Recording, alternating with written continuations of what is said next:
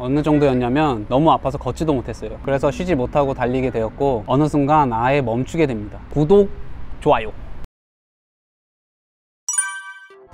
안녕하세요, 스프린터 썽입니다.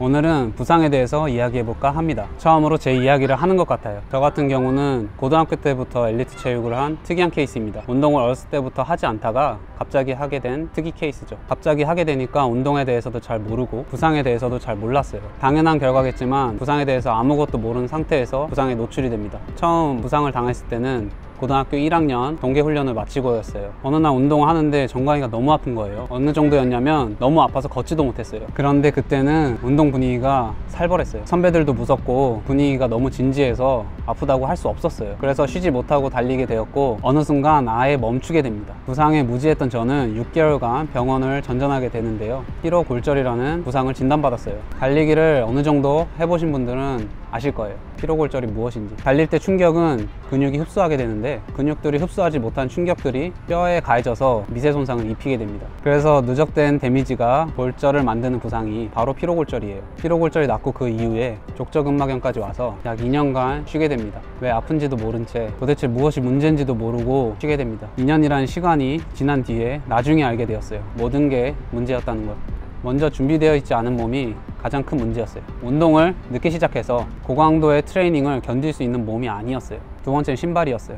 제 발에 맞는 신발을 신고 달렸어야 되는데 값싼 러닝화를 2치수 이상 크게 6개월 이상 신고 있었죠. 신발에 대한 내용은 오른쪽 링크를 클릭해주세요. 세 번째는 운동 후 리커버리가 부족했어요. 운동 후 전신을 이완시키는 스트레칭과 마사지를 해줬어야 했는데 달리는 것만 했지 스트레칭과 마사지를 해야 된다는 지식 자체가 없었죠. 서론이 길었습니다. 그래서 오늘 하고 싶은 이야기는 제 경험을 토대로 부상을 예방하는 방법, 운동 후 회복하는 방법에 대해서 전달하려고 합니다. 송피절. 제가 달리기 빨라지는 방법 2편에서 설명했던 부분이기도 한데요. 먼저 스포츠에 필요한 가동 범위를 확보해야 됩니다. 스트레칭의 일반적인 원리는 근육의 길이를 확장하여 평소 상태보다 근육을 늘려주는 것을 말합니다.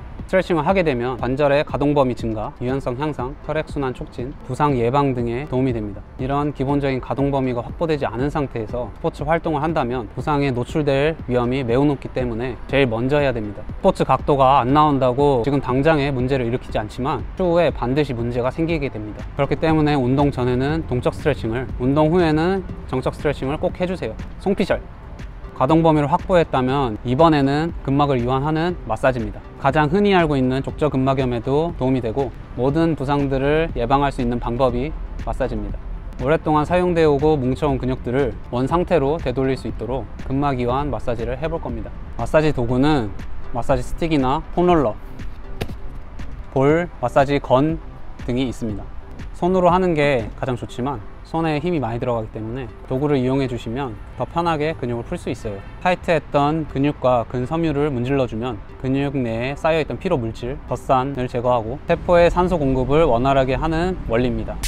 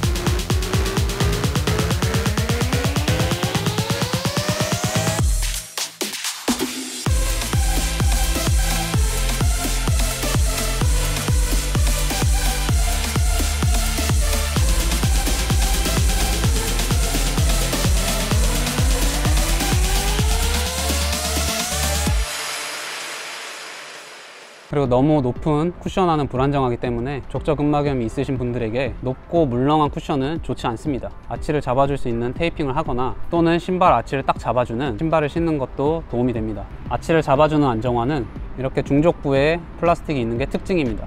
내가 예전에 줌플라이 신고 족저근막을 걸렀었잖아. 그러면은 나는 쿠션 있는 러닝화는 이제 아예 신으면 안 돼? 쿠션화를 아예 신지 말라는 뜻은 아니고, 이렇게 아치를 잡아주는 신발 또는 이런 쿠션이 너무 많지 않은 신발을 신으면 족저근막염이 있는 분들에게 훨씬 편하지. 송피셜! 저 같은 경우에 피로골절이나 족저근막염이 발생했던 이유는 하체 근육이 갖고 있던 문제들을 해결하지 않았기 때문에 발생했습니다. 운동을 계속하게 되면 다리가 피로해지기 때문에 원상태로 돌아갈 수 있도록 매일매일 노력을 해주셔야 즐겁게 롱런 하실 수 있습니다. 구독자분들은 부상 없이 러닝을 할 수 있도록 꼭 점검해 보시고 즐겁게 달리셨으면 좋겠습니다. 오늘 내용은 여기까지입니다. 다음 영상에서 찾아뵙겠습니다. 감사합니다. 구독, 좋아요.